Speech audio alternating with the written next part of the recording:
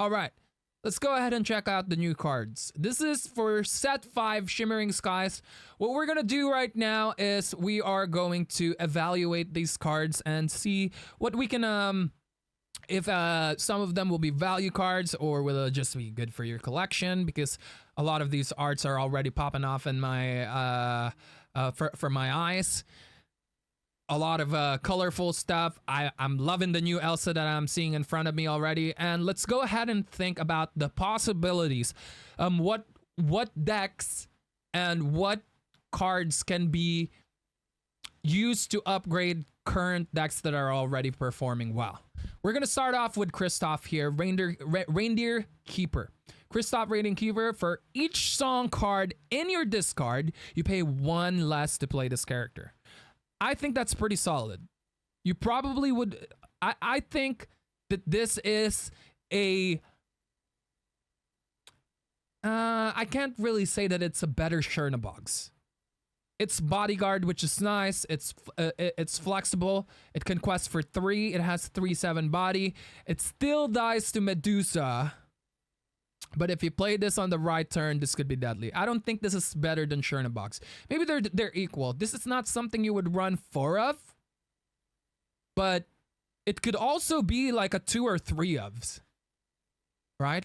Unless you run cards in Yellow Steel, Ember Steel that can discard. I can see it popping off because you can discard a song with the new Ariel, right, from set 4. That's pretty nice. You can discard songs. You can also discard this if you need an inkable and you don't really need it. You need to filter through your deck. The good thing about this compared to Chernabog's is all the songs stays in the discard pile. So let's say you played 6, 7, maybe 8 songs, maybe 9. Let's say 9. Let's go big today. You played 9 songs and you played a whole new world and you just so happen to draw 4 Kristoff. That's 4 characters that you're going to play for free. Because unlike Chernabog's, the songs don't go back to your deck. They stay on the discard pile, right? Because if I'm reading this right, for each song card in your discard, you pay 1 less to play this character.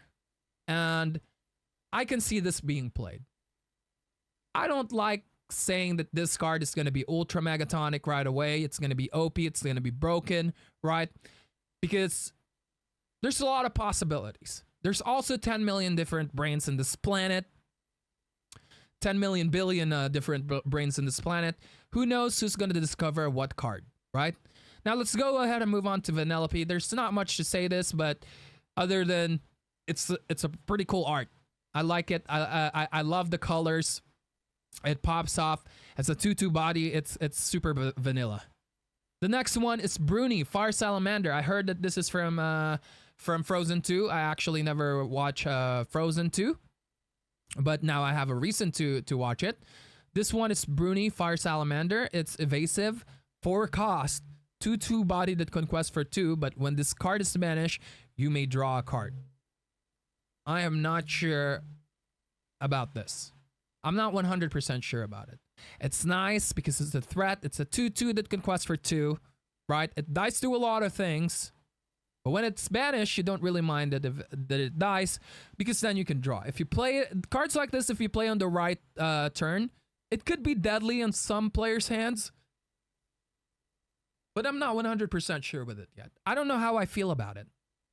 Elsa, on the other hand, is a rush 2/5 body, 5 cost, inkable, conquest for 1. It's rush and evasive. When you play this character, exert chosen opposing character. This is a really, really, really good, but can be slow answer to Diablo. Overall as well, Elsa gets a new target for the big Elsa. And the thing I like about this is it's rush, it's evasive, and it exerts. There's so many things that you can do with this, right? You can use it to be just an annoying evasive, and it can survive until you target it with the big Elsa. The rush can kill some things if you have a buffing card, right? You can get more strength to kill something with it. And this is my favorite part. I love cards that you can use to exert your opponent's card. Now the next one is the Green Scar. This one is also on the starter deck. Correct me if I'm wrong. And this one is 4/2 body, can quest for 1, 4 costs. It has ward on it. Whenever one of your characters challenge a damage character, you may draw a card. This is basically a cheaper conditional version of Queen of Hearts.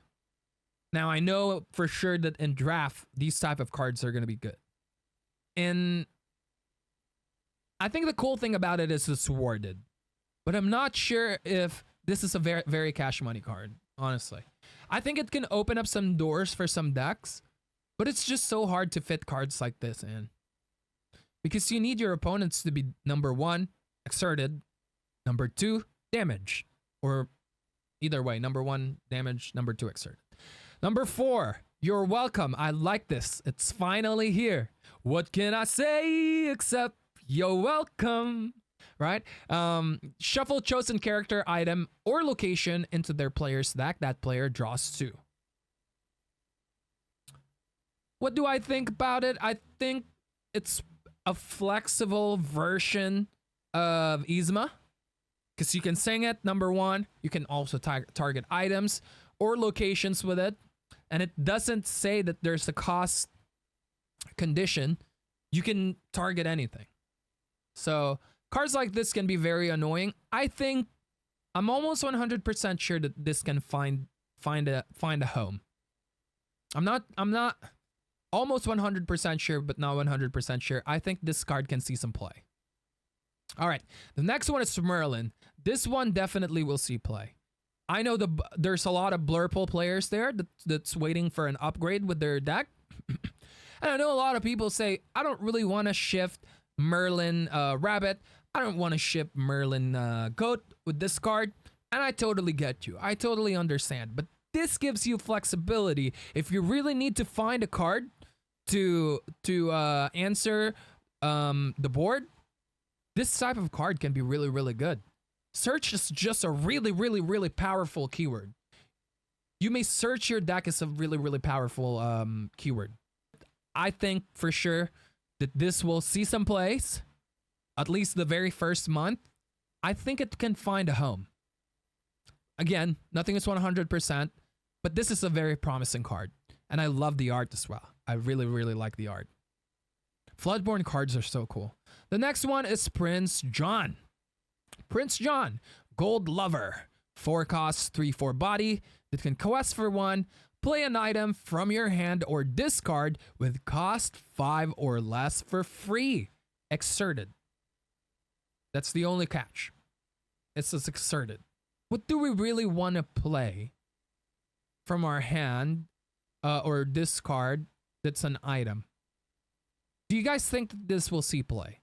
I think it can see some play. I think it can see some play. I don't know if this is a 4 ofs, but maybe a 1 or 2 of. I think there's it can find a home as well.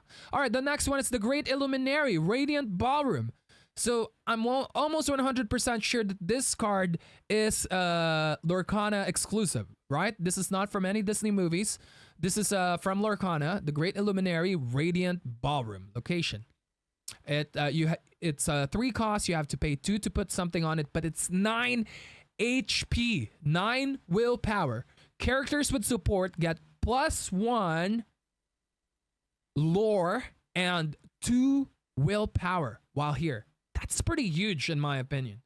This could be something that not only helps support, but this could be the key to turn, what's her name, Alice online.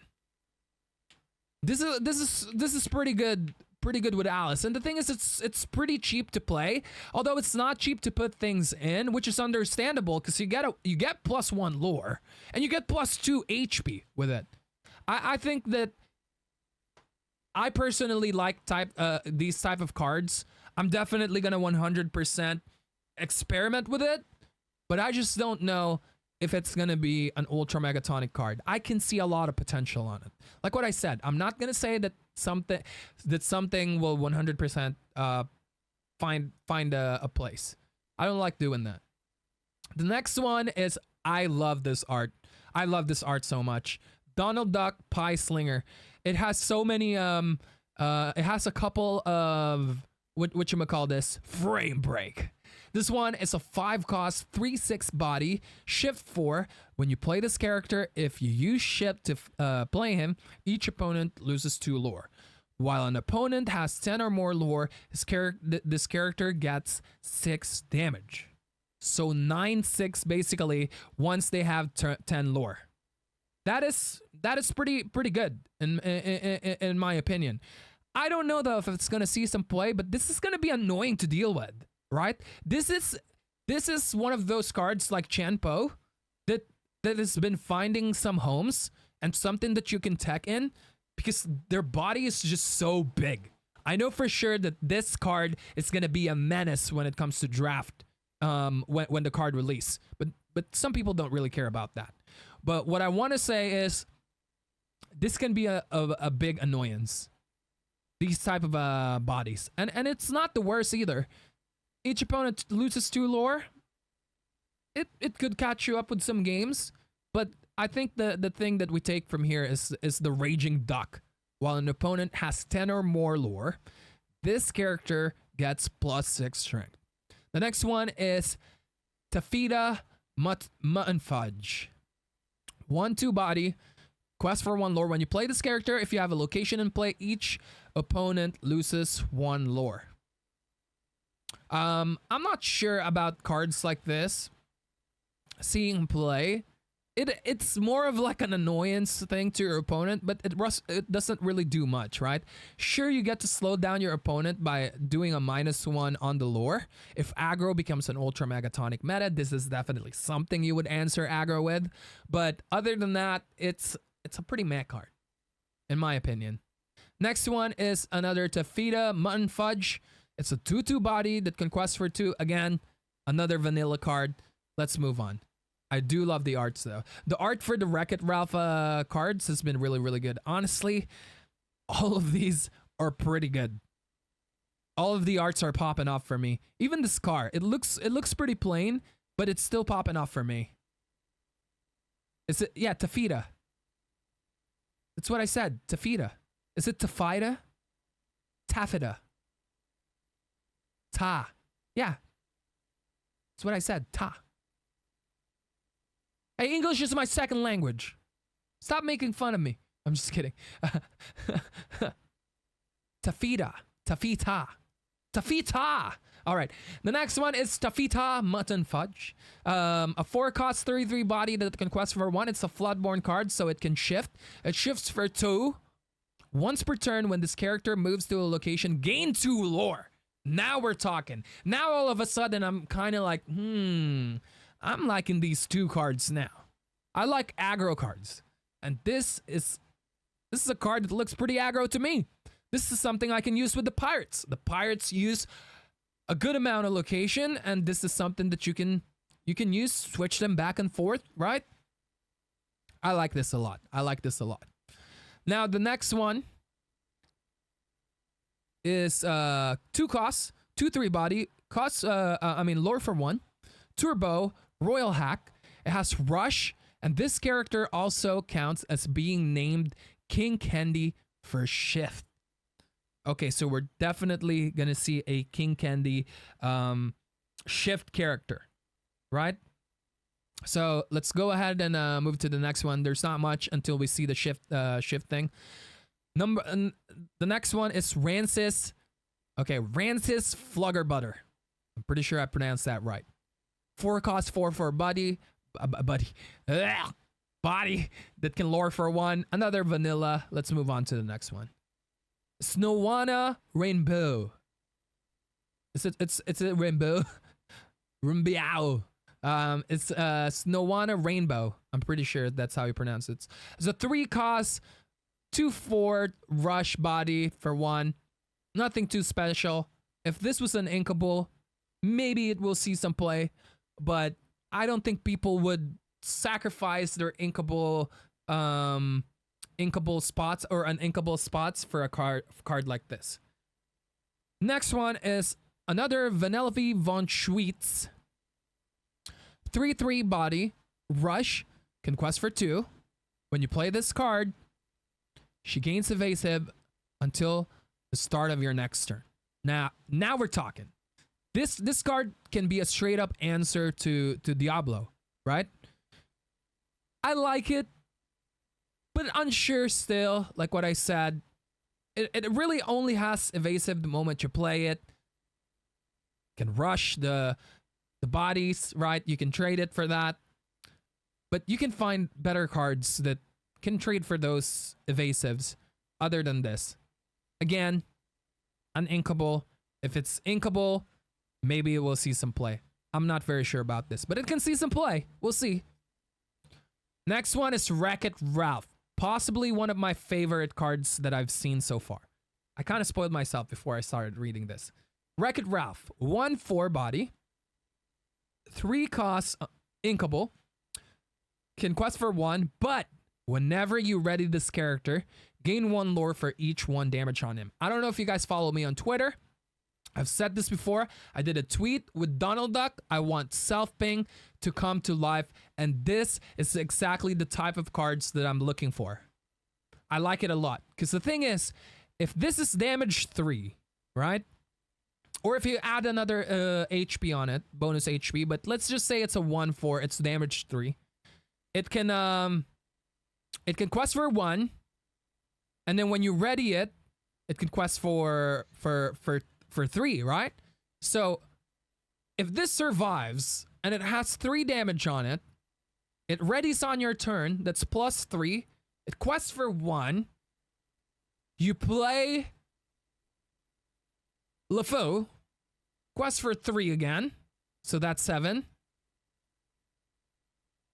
Exert it again, that's 8. And let's say you have another LeFou, or you have a Shield of Virtue ready.